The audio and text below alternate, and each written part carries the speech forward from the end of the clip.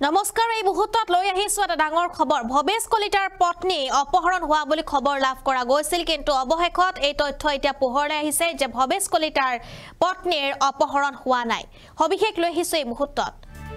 ভৱেশ কলিতাৰ পত্নীৰ অপহৰণ হোৱা বুলি উৰা বাতৰি এমাহ পূৰ্বে মদনপুৰ টুল গেটৰ কৰ্মচাৰীৰ বিৰুদ্ধে দিছিল গোচৰ ভৱেশ কলিতাই আৰু কলিতাৰ পত্নীক টুল গেটত ৰখাই থোৱাৰ বাবে কৰ্মচাৰীৰ বিৰুদ্ধে দিয়া হৈছিল সেই গোচৰ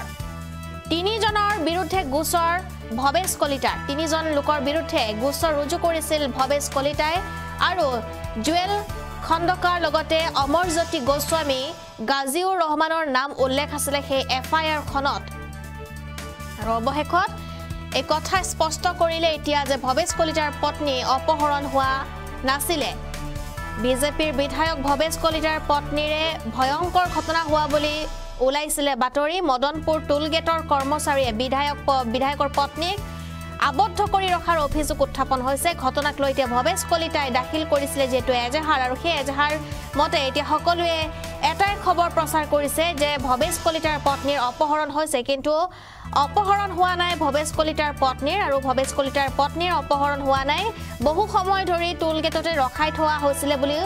খবৰ লাভ কৰা গৈছে ভৱেশ কলিতাৰ পত্নীক বহু সময় ধৰি ৰাখি থোৱা হৈছিল যাৰ ফলত এতিয়া ভৱেশ কলিতাই যেটো আৰক্ষীৰ ওচৰত গোচৰ ৰুজু কৰিছিল কিন্তু একাংশ এয়া উৰা বাতৰি ওলাইছিল যে ভৱেশ কলিতাৰ পত্নীৰ অপহৰণ হৈছে কিন্তু অপহৰণ হোৱা নাই ভৱেশ কলিতাৰ পত্নীৰ এই মুহূৰ্তত আমি জনাই আছো এটা ডাঙৰ খবৰ ভৱেশ কলিতাৰ পত্নীৰ হোৱা নাই অপহৰণ এই কথা স্পষ্ট কৰিছে ভৱেশ কলিতাই তেওঁ উল্লেখ কৰিছে সমগ্ৰ ঘটনা কেনেকৈ কি হৈছিল বা এই গোচৰ কিয় ৰুজু কৰা হৈছিল বুলিও তেওঁ সকলো স্পষ্ট কৰি দিছে বিধায়ক ভৱেশ কলিতাৰ পত্নীৰ অপহৰণ হোৱাৰ যেটো সন্দেহ কৰা হৈছিল আৰু সেই খবৰটো সকলোতে বিয়পি পৰাৰ পিছতে এতিয়া ভৱেশ কলিতাই এই কথা স্পষ্ট কৰিছে যে ভৱেশ কলিতাৰ পত্নীৰ অপহৰণ হোৱা নাছিল আসলতে কি হৈছিল সেই দিনটোত হেয়া তেওঁ স্পষ্টকৈ ক'লে যে কিছুদিন পূৰ্বে 20-25 দিনৰ পূৰ্বে এক ঘটনা সংঘটিত হৈছিল যত টুল গেটত ভৱেশ কলিতাৰ পত্নীক ৰখাই থোৱা হৈছিল বহু সময় ধৰি আৰু তেওঁৰ পত্নীৰ হৈতে যেটো গালিগালাজ কৰা হৈছিল অতি অশ্লীল ভাষা ব্যৱহাৰ কৰা হৈছিল আৰু যেটো ড্ৰাইভাৰ আছিল ভৱেশ কলিতাৰ পত্নীৰ আৰু সেই ড্ৰাইভাৰো সকলো কথা জানে আৰু গতিকে এই যে ঘটনা সংঘটিত হৈছিল বা এই যে